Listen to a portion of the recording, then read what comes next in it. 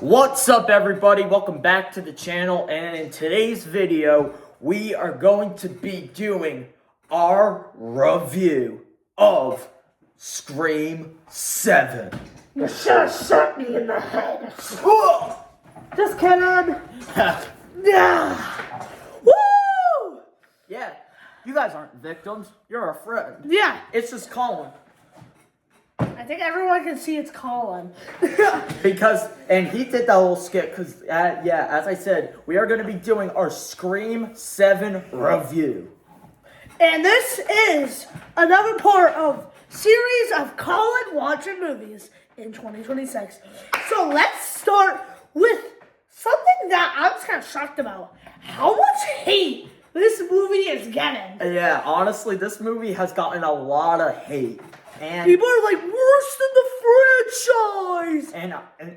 And the question on everybody's mind, probably watching this, you guys think it's that worthy of the hate? Well, this is a spoiler review. So if you have not seen Scream 7, get off this video. Yes. Just get off. If you have not seen it yet, a spoiler alert is most definitely in order. Yeah. So, we gotta say, for a special edition of Logan on this, we have to give Logan the plot. Yeah, so if you guys knew, from the past two Scream movies, Scream 5 and 6, it was focused around the Carpenter sisters. One of the Carpenter sisters was played by Jenna Ortega, probably best known as Wednesday.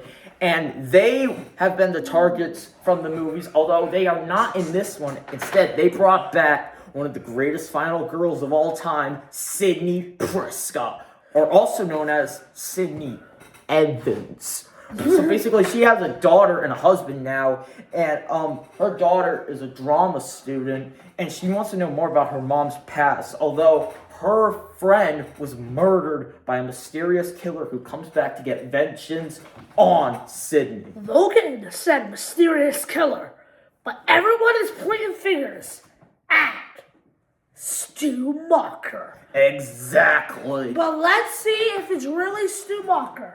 So, positives, I just have to say the biggest one. The kills. Yeah. The kills are so much better than the old kills. Oh my god. And 5, 6, and 7, because I don't want to do the beam thing, because I am part of that. So those are some of the best kills. This one has one of the best kills. Like, legit, the first kill is Ghostface just putting it in someone's ear and just wiggling it around in their skull. I'm like, damn. And another kill is where he legit stabs Lucas and puts him on a freaking soda thing, turns it on, and I lean over to my cousin. Want some soda? And just the last kill in the movie where the rule is you gotta shoot him in the head.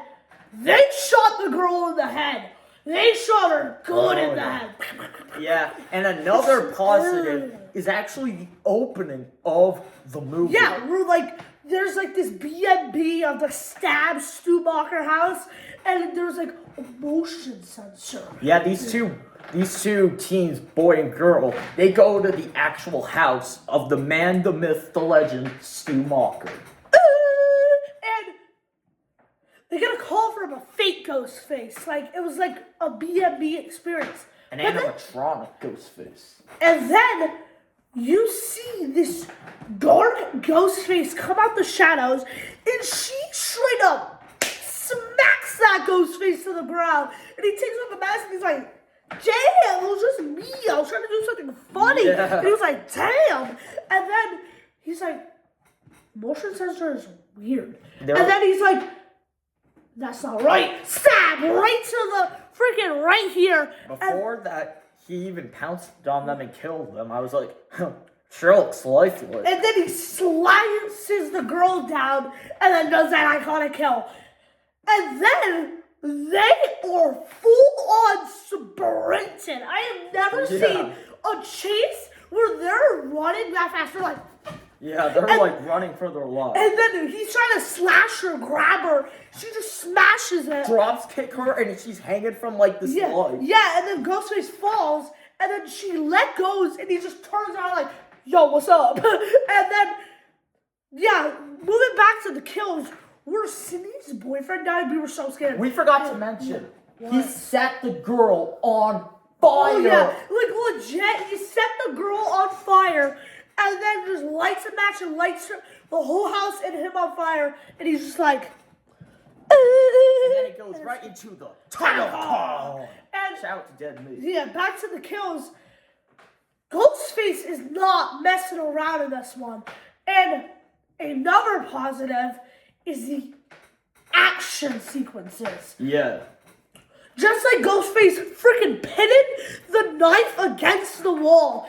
And she's just like, and he's just like, and like, even the fight in the house where before the death of the cop, where he just freaking wraps the thing around him and stabs him, but that's not his actual death. And we'll get into that later. Yeah. Ghostface is just brawling with this guy, just stabbing. They're freaking like bending the knife. He just throws the cop down the stairs. Legit, Ghostface could have killed Sydney's daughter. He was just like this, and then he was like, "Give me the gun." And He if was you guys like, didn't yeah. know, a fun fact about Sydney's daughter, she is named after And in the original Sydney's movie. best friend from the first movie. And they got a really emotional and pretty good sequence. Like, she feared no one, or she feared that knife in her body. But, and yeah, Scream is such a good movie, and I love the callbacks to that.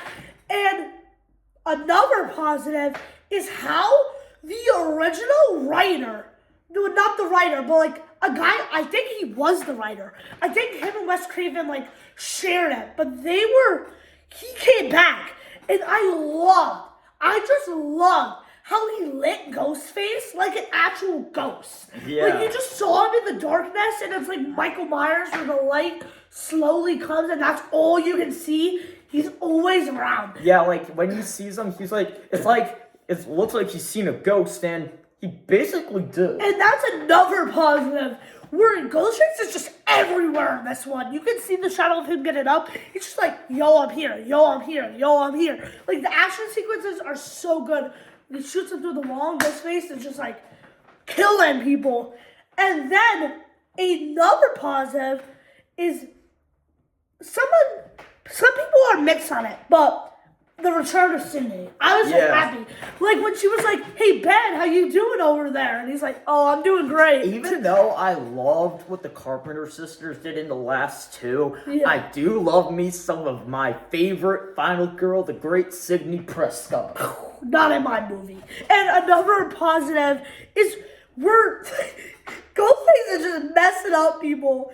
And then Gail just fucking runs us over. Oh my And god, we're like, that damn! was so funny. And she's just like, let's unmask this guy. And it was the guy at the coffee shop. Which, by the way, was, in my opinion, the only... Actually, no. I'm going to get to him later. Another positive is just how Ghostface looks. Yeah. I don't think we could include that, but guess what? It's our video. Like, we can include it. In the last movie, his mask was all beat up, but it sticks I to like the that. classic mask. Like, it just looks like that. And the mix is the guy in the coffee shops reveal. Don't even say the other people. They're going right in the negatives. But the guy in the coffee shop, you kind of just know he's the killer because he's just like, Yeah, yeah, he's killer. Sydney still made him pay for the coffee. Yeah, that is my only... Actually, the writing is a little lackluster in this one. It would have been funny at the coffee shop where she says the price of the coffee, and he's like, he realizes the coffee's too much, and that's what causes him to be the killer. Get out. Like, the writing, like, how the whole town has a curfew. Wouldn't police still be going to people's houses and, like, around? That's what they're doing. They're investigating all the people at the drama. That was just an excuse for them to, like, have Ghostface everywhere. I forgot to mention this. Positive, I said the kills. The best kill, probably in my opinion, was where the girl's just freaking swinging and he's just like, take me that. And that's all I want to say. And then the negative is the Scream reveals. The Ghostface reveals. Yeah, like legit. I think the movie was really good up until they took that mask off. And that's kind of a tradition now. Scream 5, 6, and 7, they are all amazing movies until the mask comes off. Yeah, it always is a great movie. The only downside is when they do the face reveal, and it's just not what you were expecting. And their motive was like, even Cody Leach was like, what did you just say? Like, she was like, I want to make her the new Sydney. At that point, I just wanted to grab her through the screen like I wanted to do the So basically the reveal is one of the doctors from the mental hospital. Like, legit, bro was on screen for 1 minute and basically, I didn't count, but probably 1 minute and 5 seconds. When he took off that mask, even Logan was like, what is that? And the other killer is a girl that was like Sydney's daughter's boyfriend's mother. Wrong. She was not that. Logan, you're muted. So, Logan's completely wrong. Do not listen to him. He's Lucas's... Sydney's neighbor.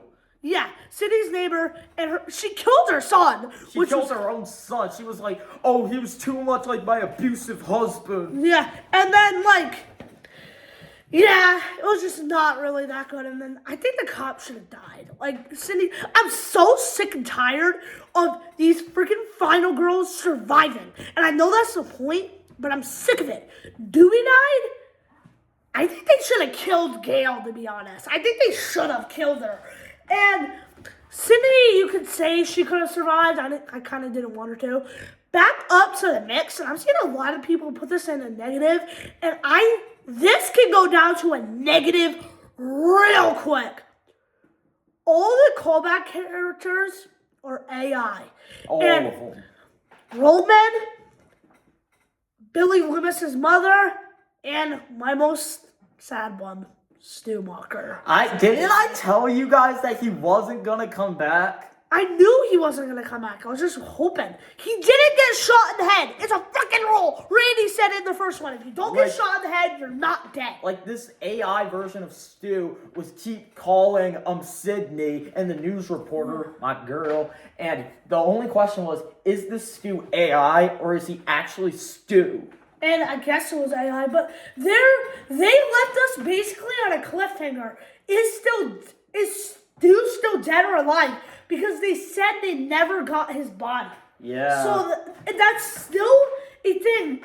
And another mix is that Ben, the boyfriend of Sydney's daughter, wasn't the killer. I actually really liked that because everyone was like, he's the killer. He's a fake Billy Loomis. Look at, he has AI generated things to Stu. Like, and he wasn't the killer. When I saw him, I was like, Billy Loomis, I see it in your Yeah, we all thought he was a killer. And another positive that many people may not pay attention to is the song played at the closing credits. Yeah. I'm screaming for my life. Copyright. But still, that song is an absolute banger. Yeah, so if you guys enjoyed our Scream 7 review, make sure to smash the subscribe button, smash that like button.